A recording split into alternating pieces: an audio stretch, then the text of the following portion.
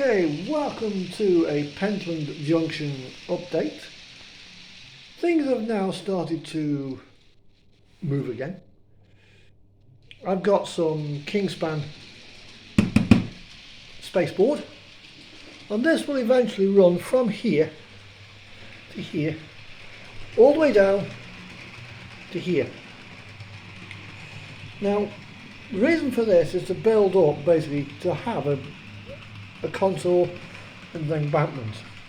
As it runs down here, there's got about two pieces, there's got to be slots put in and then cardboard put in to form strings, so going down like that, all the way down. And that has got to be filled, those gaps between those strings are going to be filled up with scrunched up newspaper, glued with PVA to set it, and then this stuff, artificial grass mat, is going to be put on top of it to form the hill. Here you may notice I've actually cut it short against the platform. That is deliberate, because along this edge here, going to about there, is going to be some retaining wall, just like this stuff here. And that will go there to form a retaining wall up against where the station is. There's got to be, the canopy is going to be moved to there, and there's got to be another section of this stuff put here with a retaining wall down to about there, and then filled in this section here again with retaining wall. Thanks to Metcalf. Then there'll be a bridge across the back here with some I-beam girders sunk down there, which will be sunk in, and then that will form the roadway over the top, and the station building will be going here. There'll be a few buildings there, hotel there, and partly it's to help hide this joint here, because there'll be buildings now going up to there, so it'll break up the joint in the back seam. Over the top of this there will be card, black card or grey card put on for the roadway, to give the roadway colour. Because this is going to be a car park, the traffic has got to come round here, around there, and come over here. There's going to be a bridge here, and there's got to be a bridge here. Okay, so I'll put this in. So there's got to be some girders put there, and then the roadway will just drop down onto a natural curve there. Several layers of car built up to form the drop on.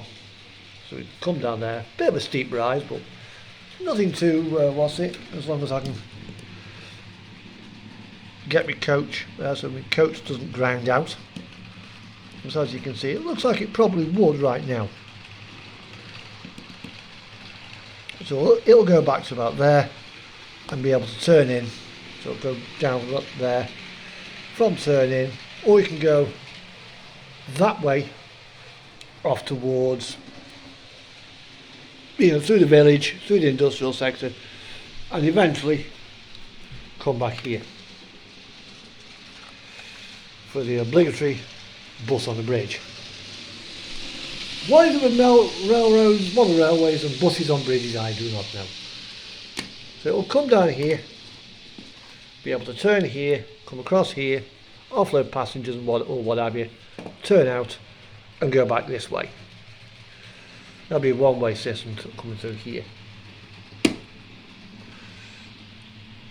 That will then, once I've worked out that space there, we'll work out, hopefully, how much space I need to get these three buildings in place. 1, 2, 3. And there might actually be a small gap at some point, so I might need to get a little bit more scenery boards just to go there, fill in that gap. There's then going to be some flat cut versions of those going here. Because when you currently look down through the canopy, you can see the fiddle yard as the trains go by. As you'll see my class 25 in a minute go trundling through.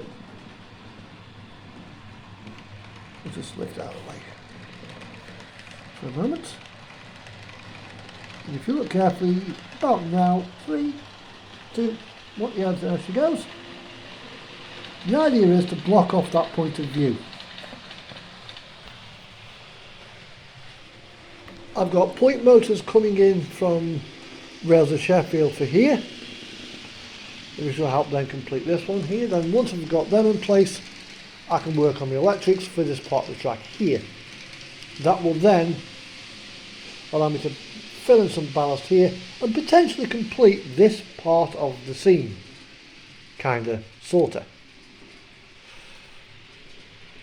Once I've got that in place, this area in place here, with the stringers done, there'll be some more ballast going in here, point motors going in there.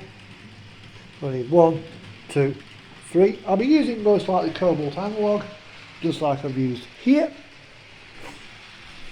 on Newhall Road. Then obviously you'll have my station building, imagine that to be a station building, going there, going there, 1, 2, 3, probably a cinema or something like that, and a bit there, and maybe, just maybe, bits of a Metcalfe castle could go here. And inside the Metcalfe castle I'll put a factory. Yeah, I know, weird. You know, the idea being the factory is being made by some laird, and he wants the laird to look like it's related to the castle that he owns a bit further down the road in Doonray. Yes, there's actually a castle at Doonray, a nuclear facility. Whether it actually go out to the public, I do not know. But that's the first bit in place. And obviously I've got to extend it all the way out there.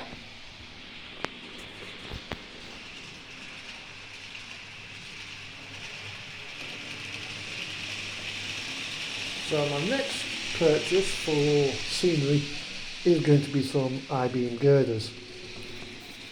The I-beam girders will probably have to be sunk in here. So it'll be 1, 2, 3, probably 4 underneath here. Piece of plastic card glued on top, and then that'll form my my structure. I've got to cut it fairly close to make it look like it's actually part of the actual building. So what I could do is get some more timber here and brick card by Metcalfe, just to fill in that gap. And potentially I could even remove that piece of catenary and have the droppers glued directly to the bridge structure, which isn't unknown if there's not much in the way of clearance. Then over here I've got my droppers put on there, on here, and on here. That one's all ready to accept the droppers. And then once I've done that, those can all be sprayed. These here will eventually be hidden by the bridge, which will actually give them a little bit of protection. Because I've replaced that one now 3 times.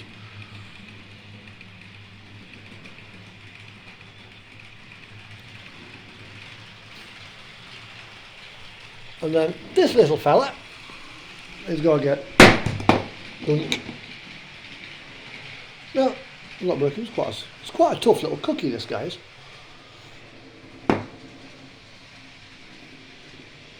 It's still going to be there on there, but he's going to get relocated. So I'll probably put the column there,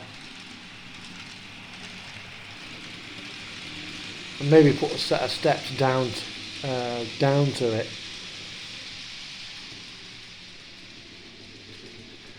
So it's kind of overlooking the locality. Well, I could put him there, or I could put him a bit further down here, so as if he's doink. He's fell off again.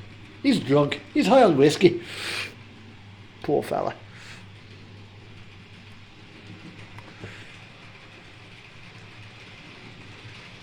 So wherever he goes, there's going to be steps going to him, and he's going to be sprayed gunmetal, I think, to make him look like he's a proper statue of a piper. That's his entire purpose of existence. I mean, I could put him on that, but it just doesn't look like sat on top of a wooden column. It's got to be something a little bit more ornate, hence this Greco-Roman cake support. Yeah, that's off a wedding cake.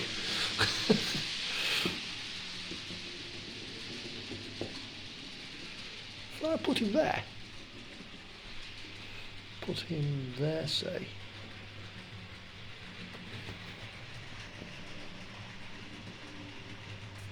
A set of steps going down to it all around there. That will actually look quite nice. So that's it for now. I'll probably put another progress on once I've got down towards the other end there. But also, before I go, my also then plan is to break into this section of track here. It's quite a simple piece to put a set of points, one going that way and one coming this way.